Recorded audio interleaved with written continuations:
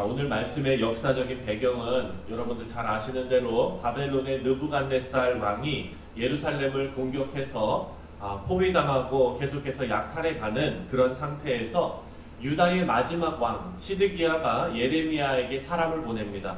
그리고 예레미야에게 하나님 앞에 기도해달라라는 기도 요청을 하는 것이 오늘 본문 말씀입니다. 이 시기는 유다가 망하기 한 1년 반 전쯤 되는 그런 시기인데요. 유다의 마지막을 다시 한번 좀 정리하면 예레미야가 하나님께 부름을 받았을 그 시기가 바로 요시야 왕 때였습니다. 우리가 1장에서도 살펴봤지만 요시야 왕 13년에 우리가 살펴본 대로 요시야 왕, 그 왕이 재임하던 그 시간에 그 예레미야를 하나님께서 부르셨죠. 그런데 요시야 왕이 어떻게 됐습니까? 종교개혁도 하고 다 했는데 무기또 전투에서 애굽에게 그 애굽 건사에 의해서 그 전쟁에서 죽게 됩니다. 그리고 유다는 그의 아들 여호아하스 왕을 세웠지요. 애굽의 아수르와 연합해서 바벨론과 싸웠습니다. 애굽이 아수르하고 연합해가지고 바벨론하고 마지막 전투를 했는데 거기에서 올라가면서 이제 유다를 치고 올라가서 그때 요시야가 죽었지요. 그리고 여호아하스 왕이 이제 왕이 되었습니다. 근데 전사를 했어요. 그 위에서 애굽과 그 아수르의 왕이 애굽하고 아수르의 잔당 세력이 바벨론하고 싸우고 내려오면서 지금 여호아하스 왕을 데리고 애굽으로 데려갔습니다. 그 땅에서 이제 전쟁에서 패하고 애굽에 돌아가면서 그 여호아하스 왕을 데리고 가서 그 사람은 애굽에서 죽습니다. 그러니까 그 시기에 유다는 이제 친애굽 성향 왕을 세웠는데 그 사람이 바로 여호야김입니다. 근데 이 친애굽 성향이라고는 얘기했지만 사실 애굽의 속국이었습니다. 그렇게 돼서 요시야의 둘째 아들인 여호야김이 왕이 되었습니다. 그리고 11년을 다스렸어요. 그런데 그 재임 기간에도 바벨론이 계속 유다를 침공합니다. 그리고 약탈을 하는데 여호야김이 왕이 된 지 한 3, 4년쯤 됐을 때 그때 예루살렘의 성전의 기물들을 바벨론이 막 다 뺏어가기 시작한 거예요. 그 이유가 뭡니까? 바벨론의 신이 유다의 신보다 강하다라는 것을 알려주기 위해서 그렇게 한 것입니다. 그때까지는 아직 유다라는 나라는 존재하고 있었습니다. 바벨론이 침공을 했는데 여호야김을 죽이거나 아니면 바벨론으로 데려가거나 하지는 않았습니다. 하지만 여호야김이 바벨론에 충성하는 것이 아니라 애굽에게 도움을 요청했습니다. 바벨론에게 등을 돌리고 애굽과 손을 계속 잡으려고 하니까 이때 다시 바벨론이 유다를 침공했습니다. 그때 유다를 이제 침공하려고 와 보니까 여호야김은 벌써 죽고 없는 거예요. 그리고 그 사람이 죽고 그 아들 여호야긴이 왕이 되었는데 가관입니다. 왜냐하면 여호야긴이 그때 당시 몇 살이었냐면 8살이었어요. 그러니까 8살짜리 왕이 뭘 알겠습니까? 왕이 된 지 3개월 만에 바벨론에 포로로 끌려갔습니다. 그때 왕족과 백성들 많이 끌려갔는데 이때 끌려간 선지자가 에스겔 선지자입니다. 그리고 바벨론 왕이 여호야긴이 8살이기 때문에 후세를 어떻게 왕으로 세울 수도 없지 않습니까? 그래서 여호야긴의 삼촌 시드기야를 왕으로 세워놓고 갑니다. 그렇게 시드기야가 11년을 유다를 다스리게 됩니다.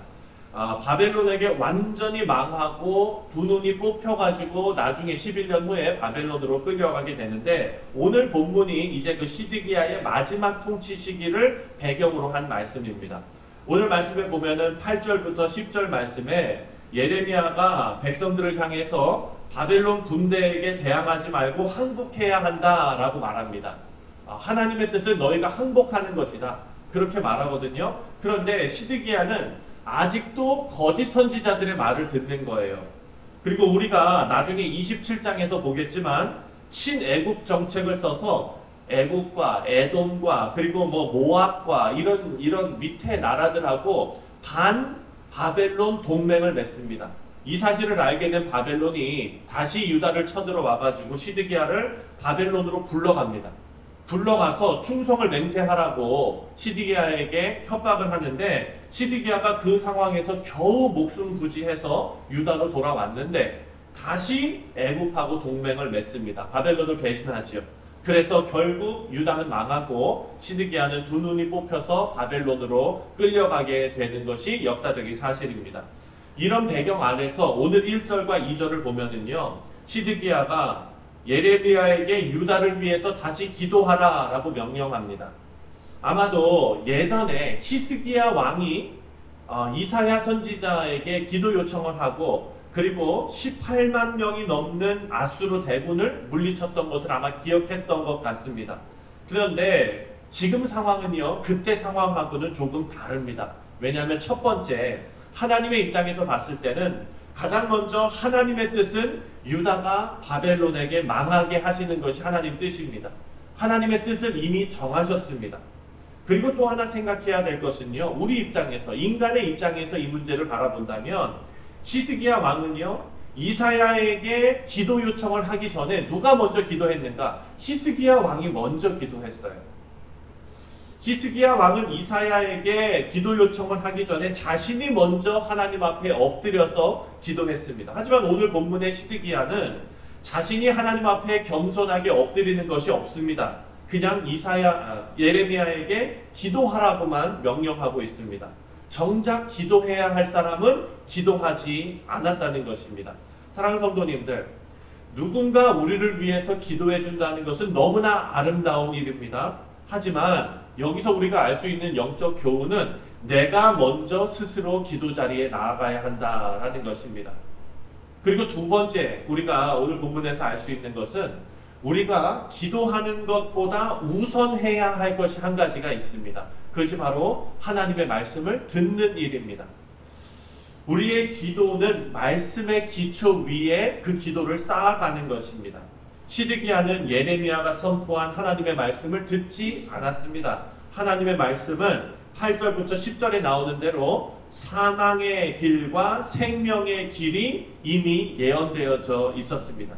하지만 시드기야는 하나님 말씀을 다 무시한 채 자신이 원하는 기도만 했던 거예요. 하나님, 애굽하고 동맹을 맺을 테니 우리가 히스기야 왕 때처럼 승리한 것처럼 이번에도 승리하게 하여 주옵소서. 근데 하나님 뜻은 뭡니까? 하나님 뜻은 유다가 바벨론에게 망하는 게 하나님 뜻인 거예요. 근데 그 메시지가 선포되었음에도 불구하고 그것은 듣지도 않고 자기가 원하는 것만 구하고 있는 것입니다. 이런 기도는 하나님 앞에 응답받을 수 없다라는 것을 우리가 오늘 본문을 통해서 알 수 있습니다. 그리고 기도의 중요성만큼이나 말씀을 듣는 것이 중요하다라는 것을 또 오늘 본문을 통해서 우리가 알 수 있습니다. 우리 마지막으로 9절 말씀을 함께 읽겠습니다. 9절 시작. 이 성읍에 사는 자는 칼과 기근과 전염병에 죽으려니와 너희를 애워싼 갈대아인에게 나가서 항복하는 자는 살 것이나 그의 목숨은 전리품 같이 되리라. 이 말씀을 듣는 유다의 백성들은 이 말씀을 하나님의 말씀으로 받기가 참 어려웠을 것 같다라는 생각은 듭니다. 왜냐하면 항복하는 자는 살 것이다 라는 말이 하나님의 말씀이라는 것이 믿어지지가 않았을 것 같아요. 하지만 사랑하는 성도님들, 이것이 신앙생활을 하는 그리스도인들이 연습해야 할 신앙의 자세입니다. 하나님께서 어떻게 인도하시든 어떤 말씀을 주시든 그리고 그 말씀이 내가 상상하는 길, 내가 좋다고 생각하는 길과 다를지라도 그 말씀에 순종할 때 구원의 삶이 있고 축복의 삶을 살 수 있다라는 것을 우리가 배울 수 있습니다. 성도님들의 인생의 간증들을 우리가 들어보면 내가 그때 망하지 않았더라면 정말 망했을 것이다 라고 고백하는 분들도 분명히 계십니다. 맞습니다. 지금 우리 눈에 좋아 보이는 길이 오히려 망하는 길이 될 수 있고요. 망하는 길이 오히려 살 수 있는 길이 될 수 있다는 것입니다. 이것을 분별할 수 있는 눈은 언제 주어지느냐? 바로 말씀과 깊은 교제를 나누는 사람, 성령의 이끄심을 통해서 분별하고 그리고 그것을 발견할 수 있는 사람입니다. 사랑하는 성도님들, 하나님께서 구원의 방편으로 제시하신 길은 때로는 납득할 수 없고 때로는 이해가 안 되고 이성적으로 우리가 정말 이해되지 않을 때가 있다는 것입니다. 하지만 성경에서 제시하는 구원의 길은 항상 인간의 이성을 뛰어넘습니다. 하나님께서 주시는 구원의 길, 생명의 길, 축복의 길은 사람의 이성이나 논리나 상식을 늘 뛰어넘어서 역사하신다라는 것을 우리가 알 수 있습니다. 그래서 성경은 오늘처럼 과학이 발달한 이런 사회에서도 하나님의 말씀에 대한 절대적인 순종을 강조하고 있습니다. 우리 사랑하는 성도님들, 오늘 비 오는 이 궂은 날씨에도 하나님 앞에 나오셔서 하나님 앞에 기도하시는 여러분들의 그 인생에 하나님께서 함께 하시는, 그리고 하나님을 절대적으로 신뢰하시고 우리에게 주시는 하나님의 말씀을 절대적으로 붙잡으시는 그런 은혜가 있으시기를 주님의 이름으로 축원드립니다. 그리고 그런 인생을 살아갈 때 하나님께서 생명의 길, 사망의 길이 아니라 생명의 길, 축복의 길, 은혜의 길로 인도해 가실 줄 믿습니다. 다 같이 기도하겠습니다.